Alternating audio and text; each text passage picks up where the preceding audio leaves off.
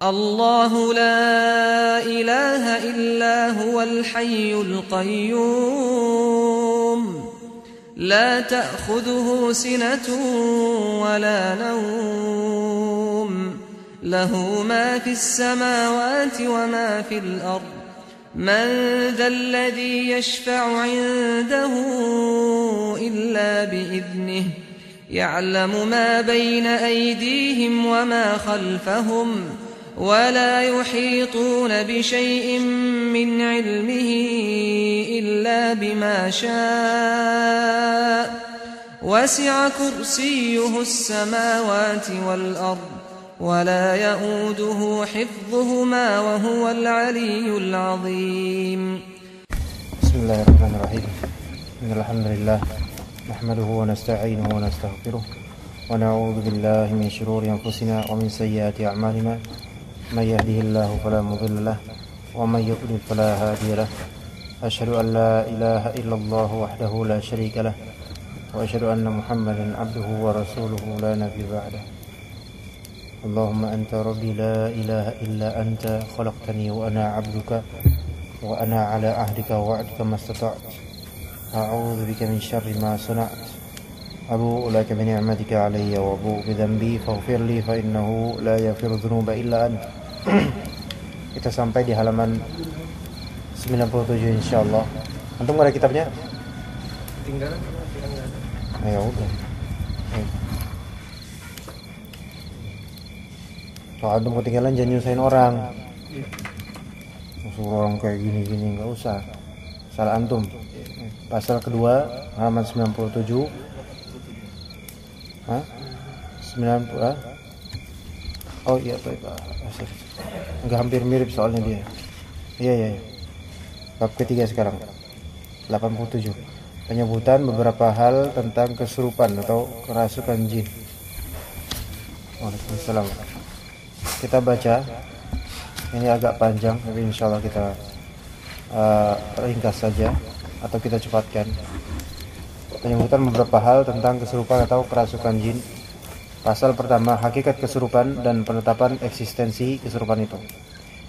Pembahasan pertama, hakikat kesurupan. Definisinya al-mas secara bahasa itu etimologi artinya hilang akal, al-junun. Jadi dalam istilah umumnya kesurupan itu adalah al-mas. Mas mim, sin dan sin itu bisa bermakna kesurupan, tapi asal bahasanya etimologinya hilang akal atau al-junun. Dalam ritual satanisme ada namanya black mass, yaitu kesurupan hitam. Ya. Tadi di hari Sabtu biasanya ada ritual seperti itu dalam agama satanisme. Jadi mas ini hilang akal karena kesurupan. Dikatakan massar rajulu wa alassa, maka ia disebut mamsus dan malmus apabila ia hilang akal.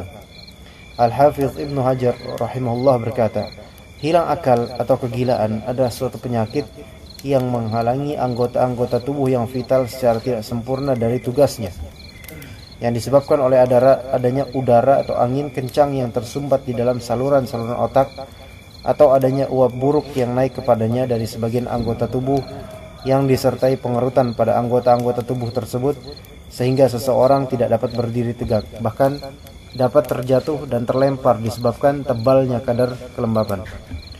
Hilang akal atau kegilaan itu bisa jadi disebabkan dari jin, dan tidaklah hal itu dilakukan kecuali oleh jiwa-jiwa yang kotor di antara jin. Ini berarti kalau misalnya ada jin yang soleh namun dia malah menserupi, pasti itu bukan soleh itu, walaupun dia mengaku soleh. Baik karena menganggap indah sebagian bentuk-bentuk tubuh manusia, berarti karena takjub kepada manusia itu, karena ganteng atau karena cantik, atau untuk mengganggu, ya iseng, atau memang ini mengganggu karena karakter jin aslinya, atau untuk menyakitinya. Dan itu dengan berapa sebab. Menyakiti manusia itu memang suruhan dari atasannya, baik jin atau manusia, atau karena memang pada asalnya manusia itu pernah menyakiti jin tersebut dengan cara-cara yang hanya Allah yang tahu. Ya. Dan definisi pertama, adalah yang ditetapkan oleh para dokter dan mereka menjelaskan bagaimana terapinya. Sedangkan definisi kedua, mayoritas mereka mengingkarinya. Dan sebagian mereka menetapkannya tapi tidak tahu cara untuk mengobatinya, kecuali dengan adanya perlawanan ruh-ruh yang baik dan mulia, untuk menolak pengaruh ruh-ruh yang buruk dan rendah, dan untuk menghancurkan perbuatan-perbuatannya. Nah, ini kalimat kedua ini penting. Definisi kedua yaitu berkaitan dengan alam jin. Mayoritas dari dokter mengingkarinya. Ini karena kejahilan, ya, kebodohan, ketidaktahuan. Mengingkari hal-hal semacam ini karena kebodohan, ketidaktahuan atau kesoktahuan. Padahal mayoritas penyakit itu disebabkan jin. Dan kemudian kata Ibnu Qayyim al-Jauziyah dalam salah satu kitabnya, kalau misalnya tabir alam gaib dibuka untuk kita oleh Allah, maka kita akan dapati mayoritas manusia ditawan oleh jin, ya, terkena dengan jin, ya, itu mungkin termasuk kita. Nah, tapi mayoritas manusia mengingkarinya karena memang ini gaib, dan juga karena memang manusia banyak yang tidak beriman kepada Allah. Walaupun muslim, maka mengikuti pemahaman Mu'tazilah dalam hal ini. Tapi sebagian dari dokter, syukurnya ada yang menetapkannya. Hanya saja yang menetapkan hal itu pun mereka tidak tahu cara untuk mengobatinya. Ini juga karena kebodohan.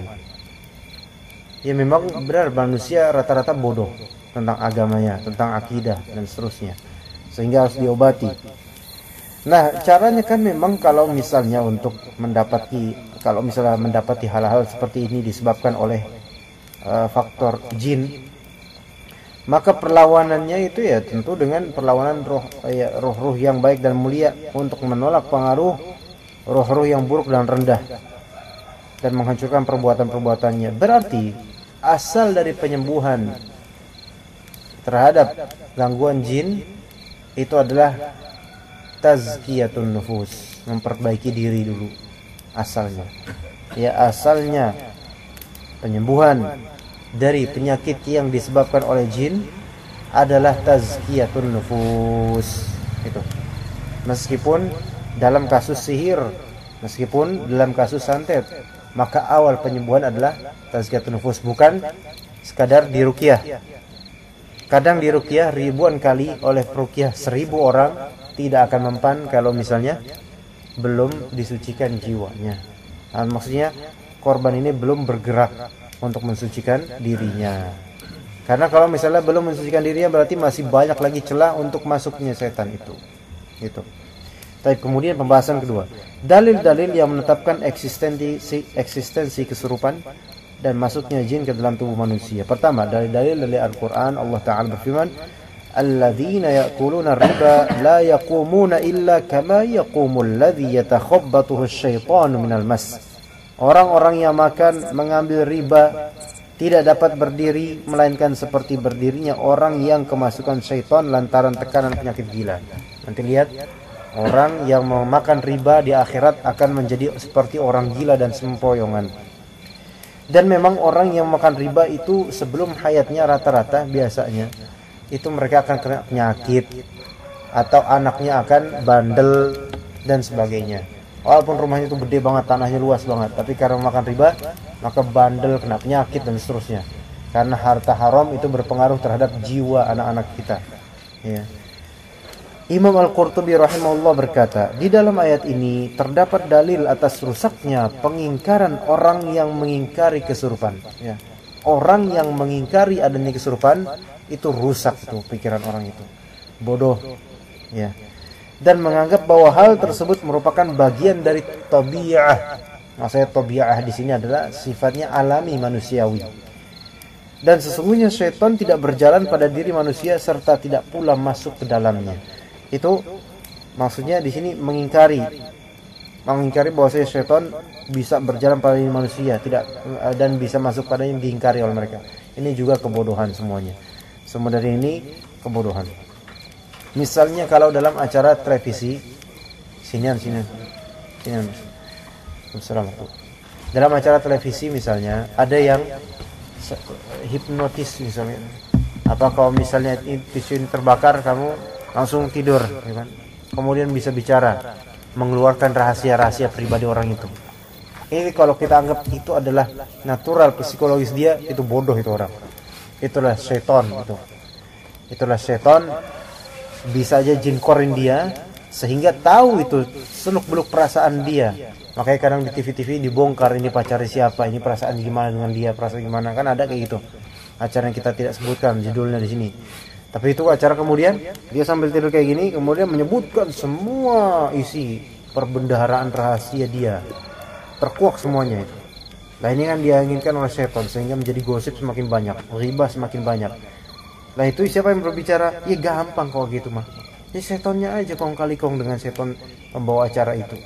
Kemudian terjadi, kemudian jin korin pun ngomong, jin korin kan jahat aslinya.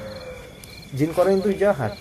Karena jin korin itu memberi celah atau lubang untuk setan-setan lain masuk ke kita. Itu jin korin senang kayak gitu tuh. Na'udzubillah. Ya, nanti yang akan Allah hisab itu semua. Nah, Imam At-Tabari rahimahullah berkata dalam tafsir ayat ini, yatakhabbatuhu syaitanu minal mas. Orang yang kemasukan syaitan lantaran tekanan penyakit gila. Maksudnya adalah syaitan membuat dia kesurupan, gila di dunia dengan cara merasuk ke dalam tubuhnya. Jangan kira orang-orang yang memakan riba itu nggak pernah kemasukan syaitan di dunia. Mereka ketika maruk rakus dan pingin kemudian dapat duit banyak, itu menunjukkan dirinya sedang dikuasai oleh syaitan. Ya, orang yang gila akan dunia, dikit-dikit pengen kontrak, dikit-dikit pengen mengekspansi perekonomiannya dan seterusnya, itu gila dunia kemudian lupa akan akhirat, itu berarti dia sudah kesurupan secara pemikiran syubhat dan kesurupan secara syahwat juga oleh syaitan, tapi nggak disadari, dan kalau disadari marah. Nah ini menunjukkan benar-benar memang sudah terjerumus dalam rembah syaitan. Ibnu Katsir berkata, alladzina ya'kuluna riba, orang-orang yang makan mengambil riba, maksudnya adalah mereka yang tidak berdiri kecuali sebagaimana berdirinya orang yang kesurupan masukkan syaitan, di mana ia berdiri dalam keadaan susah payah. Itu nanti di akhirat seperti itu.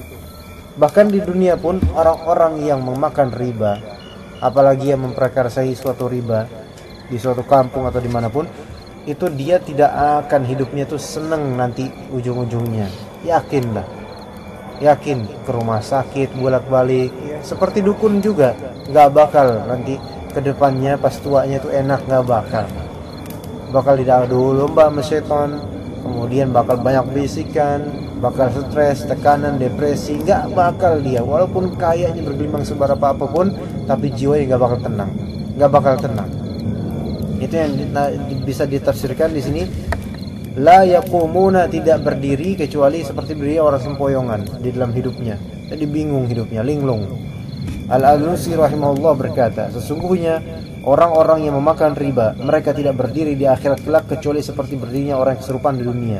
Sedangkan at-takhabbut adalah sebuah perbuatan yang artinya memukul dengan keras secara terus-menerus pada beberapa bagian yang berbeda. Dan firman Allah Ta'ala minal mas artinya adalah lantaran tekanan penyakit gila. Penyakit gila kadang-kadang disebabkan oleh syaitan juga. Semoga Allah laknat mereka. Dikatakan masar rajulu fahuwa mamsus, apabila ia telah gila, dan pada asalnya adalah menyentuh dengan tangan. Sedangkan dinamakan demikian karena syaitan terkadang menyentuh seseorang, kemudian pikirannya menjadi terganggu dan terjadilah kesurupan. Kalau misalnya pikiran kita terganggu, ada was-was, ada kebingungan, ada kelinglungan, itu jangan diturutin. Kenapa? Lama-lama kalau diturutin jadi kesurupan kita. Ya beberapa orang kayak gitu, bingung pikirannya, diturutin sama dia, nggak berzikir, diturutin sama dia, saking dikitnya ilmunya. Akhirnya kemudian syaitan merasuki dia tanpa dia sadari. Dia pun melakukan sesuatu yang dia sendiri kok bisa berkata, dia kok bisa saya melakukan ini. Itu karena dia mengikuti pertama pikiran. Kalau misalnya pikirannya sudah bisa dikuasai, khalas, gampang kedepannya oleh syaitan. Ya, begitu tentang apa yang kita bahas dari syaitan, tentang masalah kesurupan dan dalil-dalilnya. Ya. Tapi insya Allah kita cukupkan dulu sampai sini aja untuk masalah ini. Mudah-mudahan besok bisa kita lanjutkan dalil-dalil dari as-sunnahnya insya Allah. Subhanallah wa bihamdihi, asyhadu an la ilaha illa anta, astaghfiruka wa atubu ilaik.